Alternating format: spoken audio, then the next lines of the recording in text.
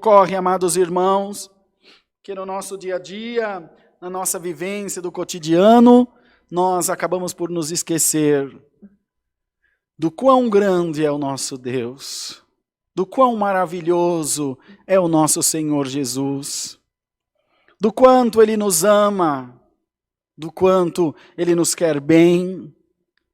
E a prova nos vai sufocando e vai tirando a nossa capacidade de decisão, vai tirando a nossa capacidade de arrazoar, de pensar com clareza. E nós acabamos por nos deixar levar pelo medo, pelo desespero e pela preocupação.